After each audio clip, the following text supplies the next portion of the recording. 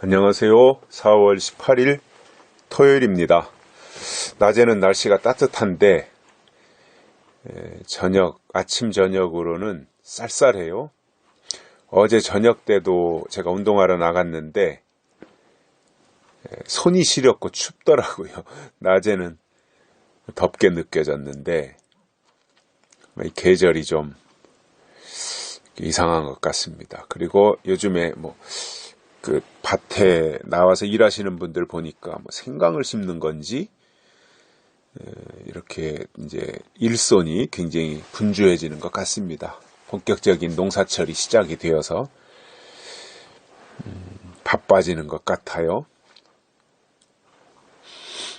이러한 때 우리의 신앙도 이제 겨울 동안 움츠려 있던 것에서 벗어나서 활개를 치고 또 기지개를 켜고 우리의 신앙도 약동해야 되는 계절이 되었습니다.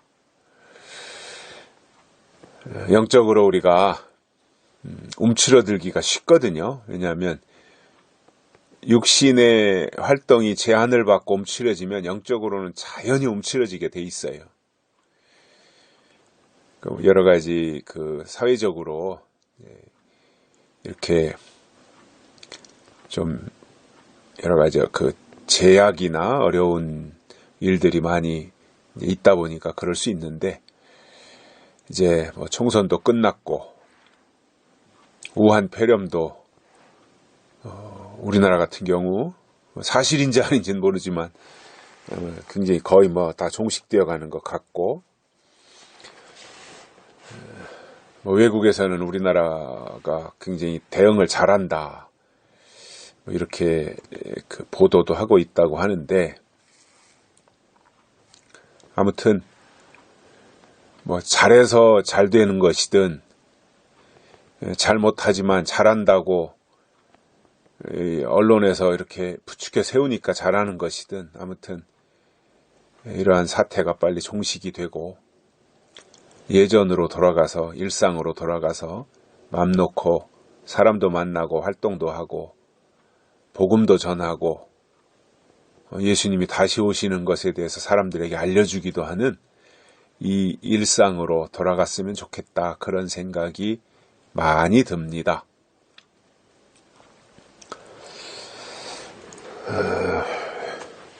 아무튼 우리가 다 건강하셨으면 좋겠고요.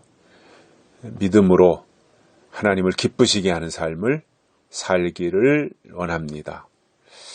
또 우리 국민의 한 사람으로서, 우리가 정치인은 아니지만 국민의 한 사람으로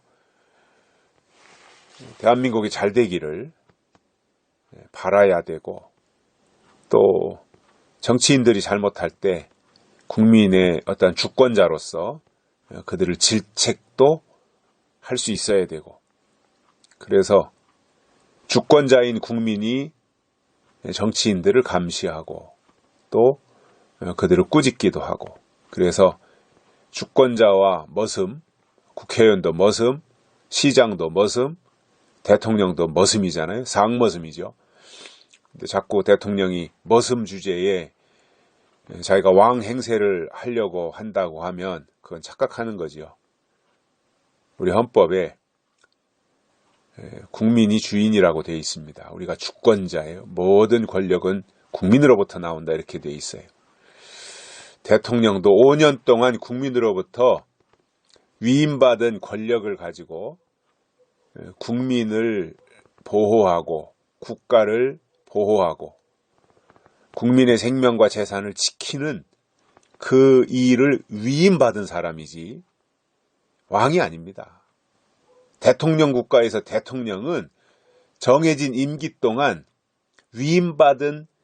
국민으로부터 위임받은 권력을 가지고 국가와 국민의 생명과 재산을 지키는 역할을 하는 거예요. 그런데 독재 국가는 아니죠. 중국이나 러시아나 이런 독재 국가, 북한이나 이런 데는 자기가 주인이죠.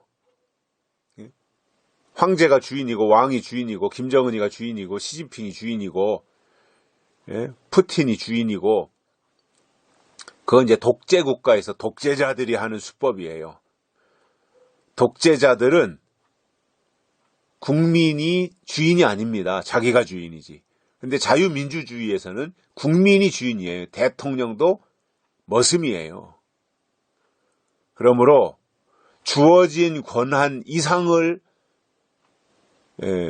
사용하면 직권남용이 되는 겁니다.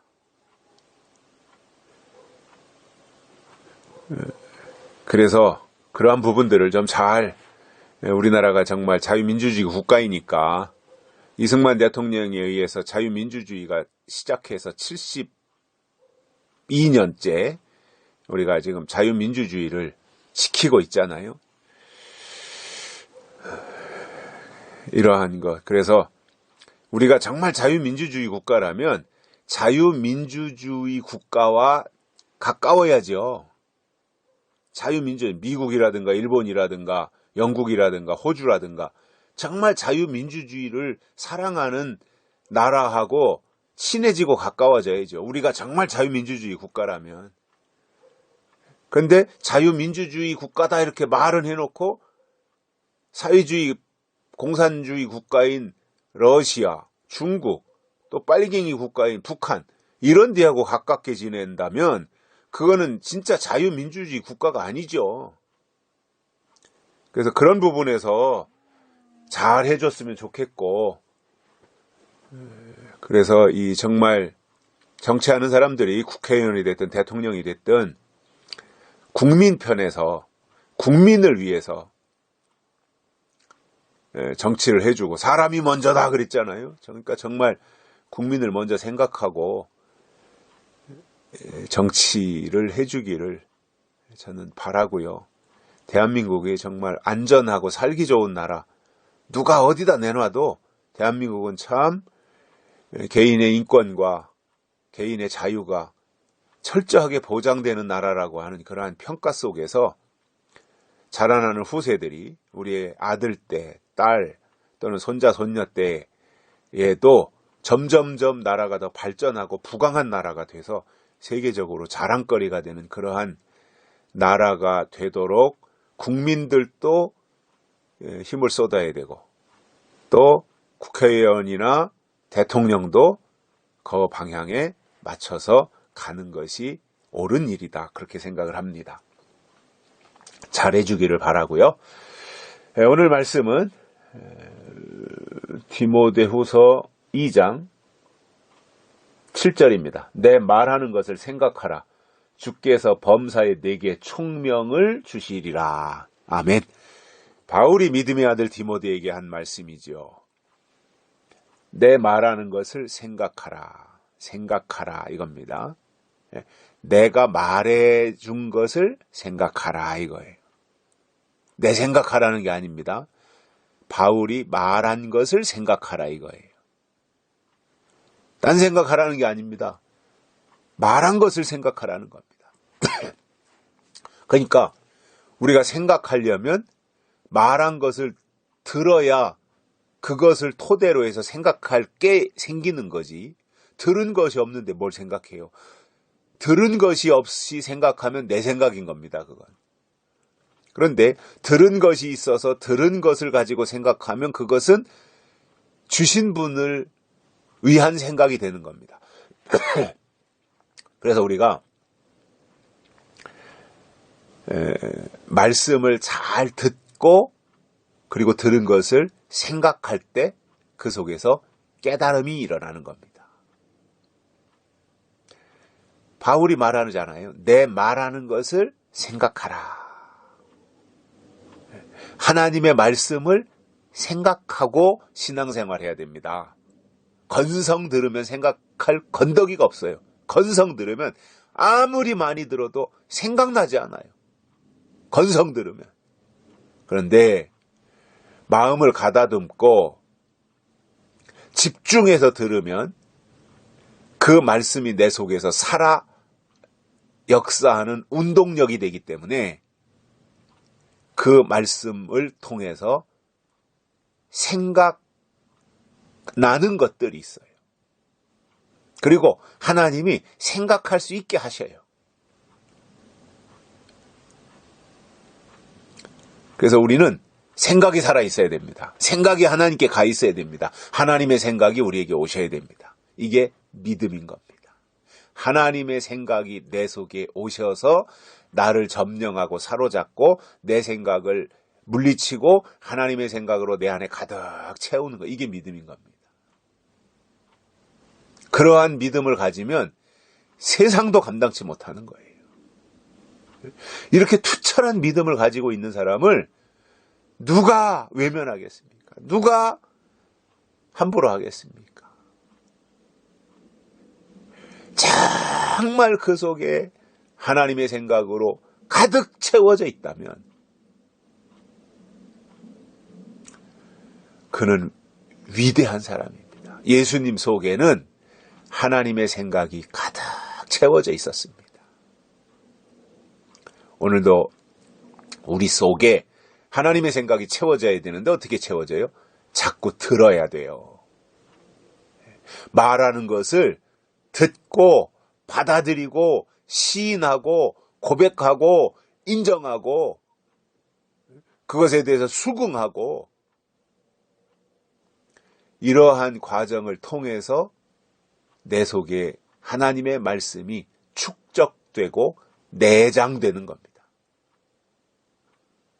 그래야 그 내 속에 쌓여진 말씀이 있어야 그 내 안에서 말씀이 또 서로 연결도 되고 연결될 때 그것이 또 내 속에서 생각을 확장시키는 거예요. 그래서 말씀을 씨로 주시는데 내 안에 겨자씨와 같은 작은 씨가 내 안에 마음밭에 떨어지는데 그것이 점점점 자라나서 확장되잖아요. 마찬가지예요. 우리 속에 주신 말씀이 겨자씨 한 알로 그냥 내 속에 있으면 안 되고요. 그것이 발화되어서 뿌리도 내리고 잎사귀도 나고 가지도 자라고 이렇게 무성한 나무로 성장해야 되듯이 하나님의 말씀을 받아서 내 심령밭에 하나님의 말씀이 떨어져 싹이 나면 그것이 자라나서 확장되는 것처럼 우리의 믿음이 살아있으면 그렇게 돼야 돼요. 그래서 저는 믿음의 궁극적인 결론은 살았느냐 죽었느냐 이거라고 봅니다. 살았니 죽었니? 너 믿음이 살아있느냐 믿음이 죽어있느냐 이거로 판가름 나는 거예요.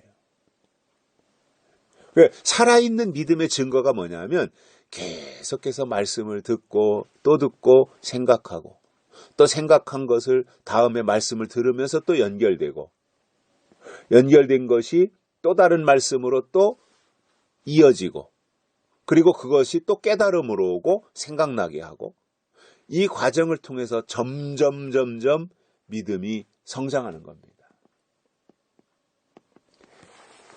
가만히 있어서 되는 거 아닙니다.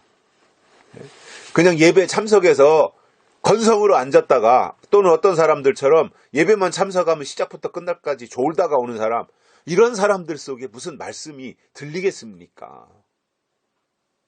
근데 집중하는 사람 못 당해요. 집중하는 사람 학교에서도 그래요. 공부할 때 선생님이 설명할 때 집중해서 듣는 사람이 공부 잘하는 사람이에요.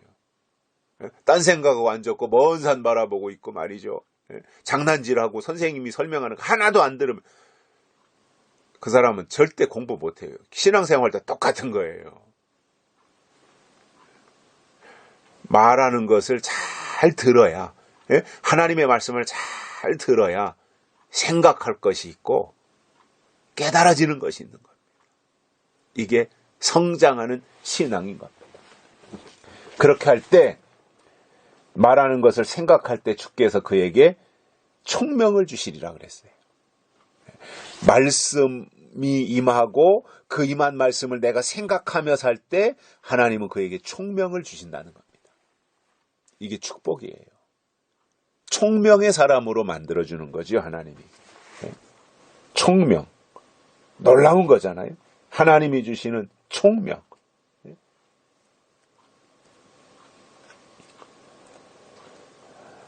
그래서 우리는 비록 이 땅에서 연약한 모습으로 살지만 그러나 하나님이 주시는 말씀을 우리 속에 깨달음으로 받아서 내 마음속에 그 말씀을 계속해서 축적시킨다면 그것이 내 속에서 에너지가 되고 능력이 되어서 사탄도 물리치고 사탄의 머리통을 박살내버릴 수 있는 철장권세가 되는 거예요. 그러므로 말씀이 없는 사람에게 절대 하나님의 권세 임하지 않아요.